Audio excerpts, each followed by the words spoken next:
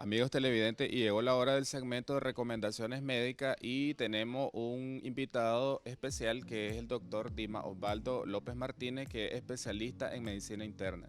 Bienvenido, doctor, a la revista. Muchas gracias por hacerme la invitación el día de hoy. Les agradezco pues la oportunidad de salir acá en las cámaras del Canal 2 y hablar sobre un tema que es bastante común y es conocido pues por todos nosotros los médicos, como es el asma bronquial. Para iniciar, doctor, hay algo que a los televidentes les llama mucho la atención y en días anteriores me hacían la pregunta. ¿El asma bronquial es una enfermedad que se diagnostica exclusivamente en la infancia o puede diagnosticarse a cualquier edad? Bueno, efectivamente, el asma bronquial es una enfermedad pues, que se diagnostica preferentemente en edades tempranas de la infancia. Algunos hablan que puede presentarse en niños antes de los 5 años, sin embargo, pues el asma también puede persistir y desaparecer en la adolescencia y volver a aparecer en las etapas adultas de la vida. Otra incógnita que tienen los televidentes es de que existe algo que se llama asma extrínseca y asma intrínseca. ¿En qué consisten esos términos?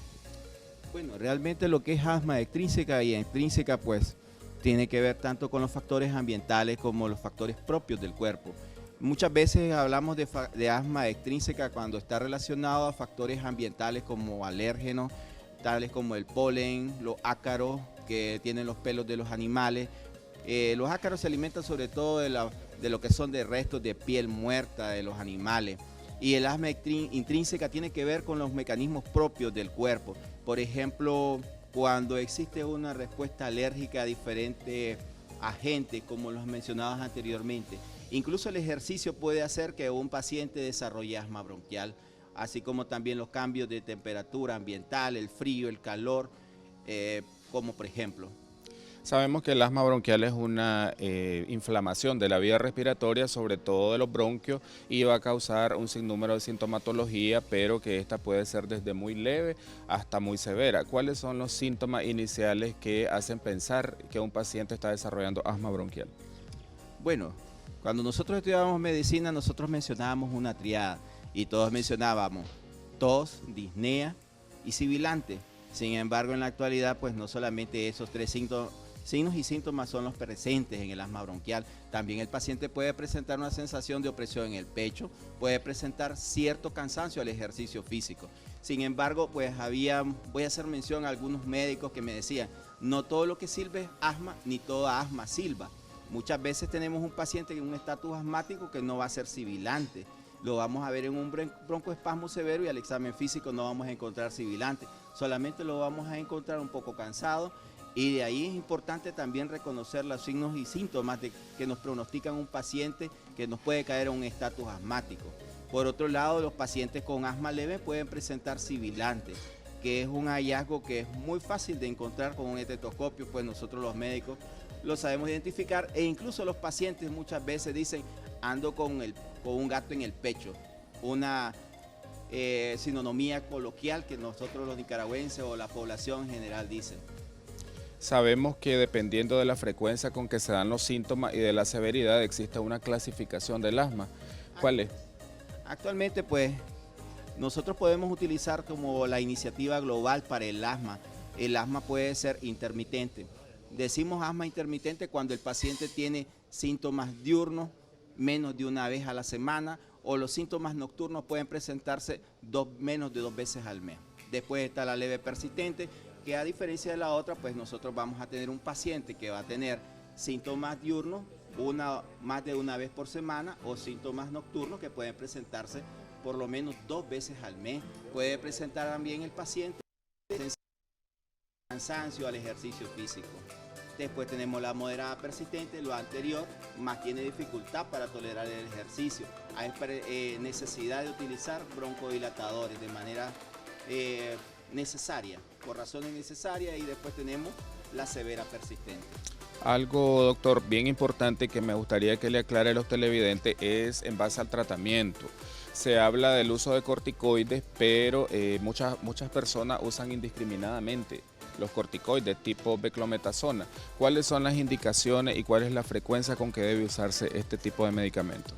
Bueno, nosotros tenemos la iniciativa global para el asma. La iniciativa global para el asma pues habla de medicamentos distintos. Sí, nosotros sabemos que las personas de manera indiscriminada van a utilizar lo que son los corticoides, sin embargo no están siempre indicados, al igual que el uso indiscriminado de, por ejemplo, de broncodilatadores. Vamos a mencionar cuáles son las pautas o el objetivo del tratamiento. Uno de los objetivos del tratamiento para el asma bronquial es mejorar el estilo de vida. Segundo, es evitar que la enfermedad avance hacia estadios más severos. Y la tercera, que es importante, es disminuir el número de visitas del paciente a los hospitales. Nosotros sabemos que un paciente con un estatus asmático es un paciente que es una urgencia hospitalaria y que generalmente, de acuerdo al abordaje que nosotros le hagamos, puede caer o no a una ventilación mecánica. Ahora, existe lo que es el tratamiento escalonado. El tratamiento escalonado va a depender de la severidad de los síntomas y también está el manejo continuo, que va a depender de la severidad de lo que son los ataques de asma bronquial. Basado, doctor, en el diagnóstico del asma bronquial, existen parámetros tanto clínicos como radiológicos y de laboratorio. ¿Cuáles son los exámenes que se le envían a un paciente en que tenemos sospecha de asma bronquial?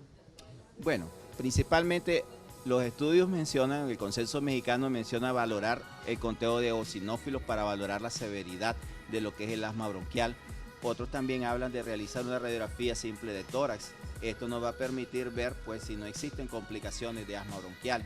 Por otro lado, lo que es nosotros en medicina llamamos la prueba de gold standard, sería la espirometría.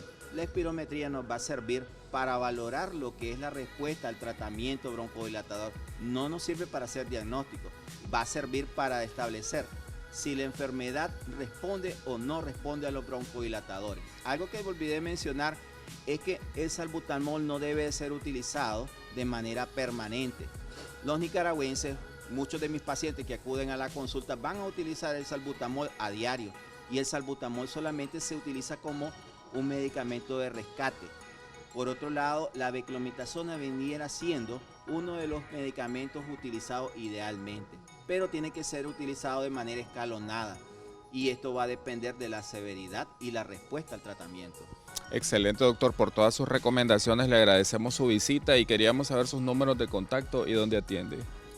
Bueno, entonces mi número de teléfono es 8200-9543 y bueno, pues esta es la manera que me pueden contactar las personas. Gracias por la invitación al set. Gracias, amigos televidentes, y recomendado nuestro médico internista Dima Osvaldo López Martínez. Continuamos con más de su revista Primera Hora.